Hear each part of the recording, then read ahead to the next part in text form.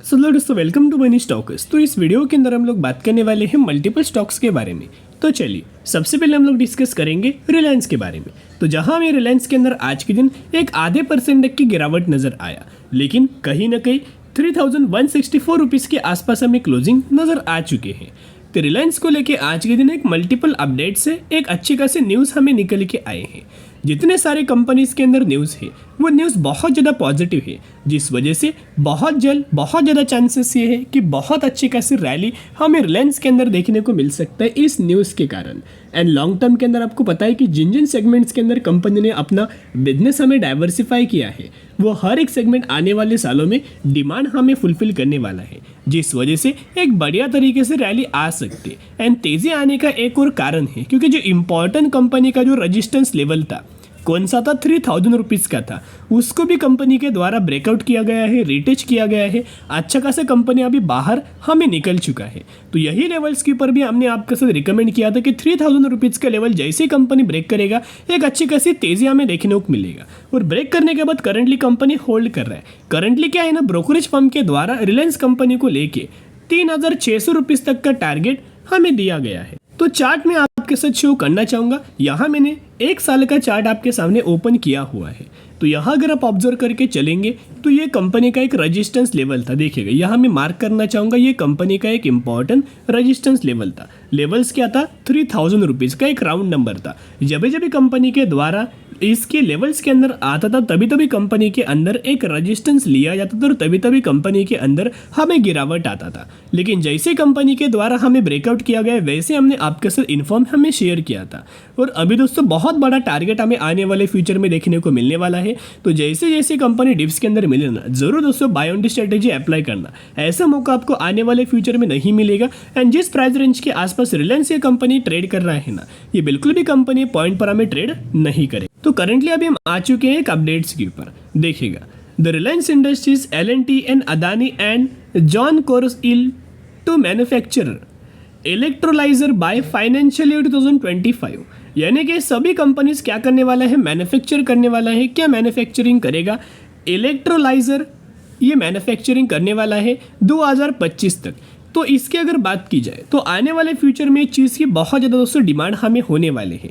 तो डिमांड अगर दोस्तों कोई भी कंपनी अगर फुलफिल करेगा, तो आप समझ जाना कि वो कंपनी के अंदर जो ग्रोथ हमें होने वाला है वो 101% दोस्तों ग्रोथ हमें पक्का होगा। एंड हाइड्रोजन ग्रीन की अगर बात की जाए तो आप सभी को पता है कि फ्यूचर किसका है। फ्यूचर है हाइड्रोजन ग्रीन का, क्लीन एनर्जी का, ग्रीन एनर्जी का, रिन्यूएबल एनर्जी का। तो इन सभी का दोस्तों फ्यूचर हमें होने वाला है। तो आप समझ सकते हो रिलायंस इंडस्ट्रीज कंटिन्यूस बेसिस के ऊपर रिन्यूएबल एनर्जीज के अंदर बहुत सारा इन्वेस्टमेंट कर रहा है। हाइड्रोजन ग्रीन के अंदर बहुत बड़ा हमें इन्वेस्टमेंट कर रहा है। तो लॉन्ग टर्म के अंदर बढ़िया तरीके से ग्रोथ हमें देखने को मिल सकता है। अभी हम आ चुके हैं अगले अपडेट के ऊपर।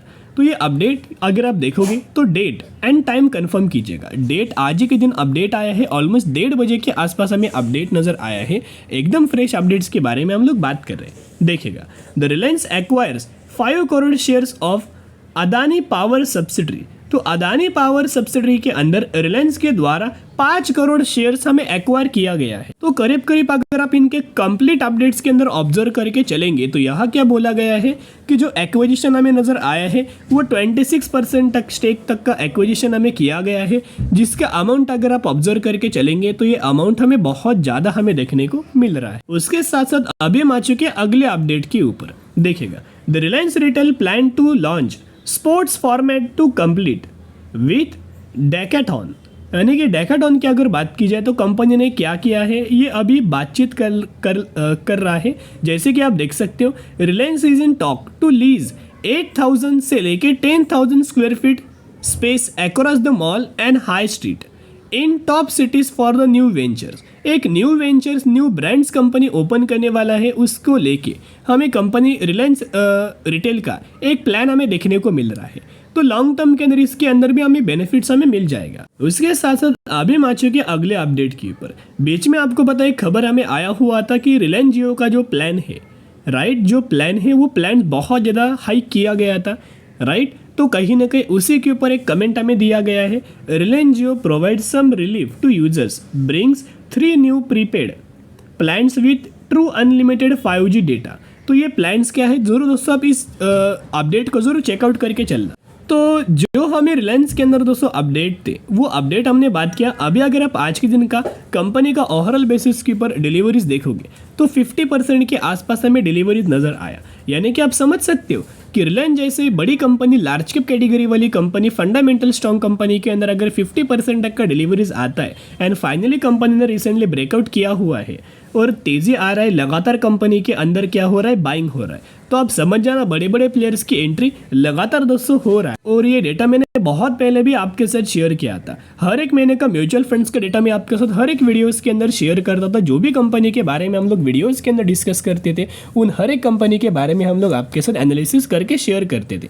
तो ये डेटा है रिलायंस का म्यूचुअल फंड्स का। तो देखिएगा Jan, Feb, March, April and May लगातार दोस्तों म्यूचुअल फंड्स के द्वारा बहुत अच्छी खासी बाइंग हमें हर एक महीने रिलायंस के अंदर दोस्तों कर रहे हैं। और कितने कितने करोड़ की बाइंग किन किन फंड्स के द्वारा किया जा रहा है वो भी जानना इंपॉर्टेंट है। तो देखिएगा क्वांट का एक फंड जिन्होंने 21,000 करोड़ की बाइंग किया, निपॉन का एक फंड है 32,000 करोड़ की बाइंग, एक और निपॉन का एक फंड है 5,700 करोड़ की बाइंग, क्वांट का एक फंड है 7,950 करोड़ की बाइंग, टाटा का एक फंड है 11,800 करोड़ की बाइंग, क्वांट का एक फंड है 6,200 करोड़ की बाइंग एंड कैनरा का एक फंड है 8,000 करोड़ की। यानी कि आप समझ सकते हो बहुत बड़े बड़े फंड्स के द्वारा हमें बाइंग किया गया है। बहुत ज़्यादा म्यूचुअल फंड्स रिलायंस कंपनी को लेके हमें बुलिश देखने को मिल रहे हैं। हर एक महीने रिलायंस के अंदर हमें बाइंग किया। सिमिलर तरीके से विप्रो के अंदर भी हर एक महीने के अंदर म्यूचुअल फंड्स ने हमें माल बाइंग किया है।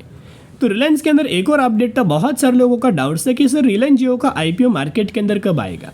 ये इन्होंने क्लियर कट मेंशन रिसेंटली किया हुआ है। Reliance Jio IPO analyst predict India's biggest IPO expected early next year, यानी कि अगले साल दोस्तों बोला गया है कि रिलायंस जियो का जो आईपीओ आने वाला है वो अभी तक का इंडिया का सबसे बड़ा हमें आईपीओ देखने को मिलेगा साइज के अंदर। उसके साथ साथ ये आईपीओ कब आएगा, अगले साल आपको देखने को मिल जाएगा। जब भी दोस्तों आईपीओ आएगा ना, अच्छा खासा रिलायंस कंपनी के अंदर आपको बुल रन देखने को मिल जाएगा। तो एक ही रिक्वेस्ट करना चाहूंगा, जरूर कंपनी जिस लेवल के ऊपर दोस्तों देखने को मिल रहा है ना, आप जरूर कंपनी के बारे में स्टडी करना। और अगर आपको दोस्तों कंपनी पसंद आए तो जरूर कंपनी के अंदर बाय ऑन स्ट्रेटेजी अप्लाई करने की कोशिश करना, क्योंकि ऐसा मौका आपको आने वाले फ्यूचर में नहीं मिलेगा। अभी हम बात करेंगे दूसरी कंपनी के बारे में जिसका नाम है संवर्धन मदरसन इंटरनेशनल लिमिटेड, यानी कि इन शॉर्ट मदरसन सुमी के बारे में हम लोग बात करेंगे। जहां इसके अंदर आज के दिन ऑलमोस्ट हमें 1.5% तक का गिरावट नजर आया एंड 200 रुपए के आसपास हमें मदरसन सुमी क्लोज हो चुका है। तो मदरसन सुमी के बारे में बहुत पहले भी दोस्तों हमने डिस्कस किया था कि कंपनी एक पैटर्न हमें क्रिएट कर रहा था।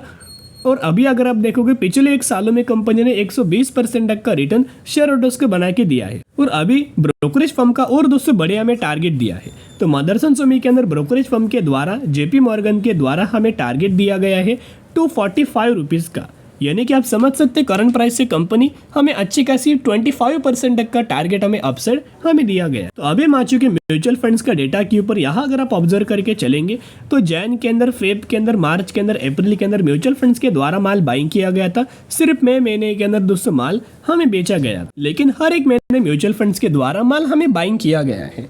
तो यहाँ अगर आप ऑब्जर्व करके चलेंगे कौन सा पैटर्न हमें मदरसन सुमी के अंदर बना था दोस्तों, हमने उस वक्त भी बहुत बार आपके साथ शेयर किया था कि जब भी कंपनी पैरेलल चैनल वाला पैटर्न अगर ब्रेक करता है ना, वो बहुत ज़्यादा तेज़ी के अंदर हमें कंपनी होता है। हर एक दिन आपको तेज़ी नज़र आता है। तो एक पैरेलल चैनल आप देख सकते हो, ये हमने डिस्कस किया था। जो लोग पुराने व्यूवर्स हैं उन लोगों को पता होगा, क्योंकि जो लोग डेली चैनल को फॉलो करते हैं उन हर एक लोगों को पता है कि मदरसन सुमी के अंदर हमने दोस्तों क्या डिस्कस किया था। नीचे जब भी कंपनी आता था यही लेवल्स के ऊपर रजिस्टेंस लेता था। जब भी कंपनी के अंदर नीचे जब भी कंपनी आता था सपोर्ट लिया जाता था। जब भी कंपनी के अंदर तेजी आता था यही लेवल्स के ऊपर कंपनी हमें रजिस्टेंस लेता था।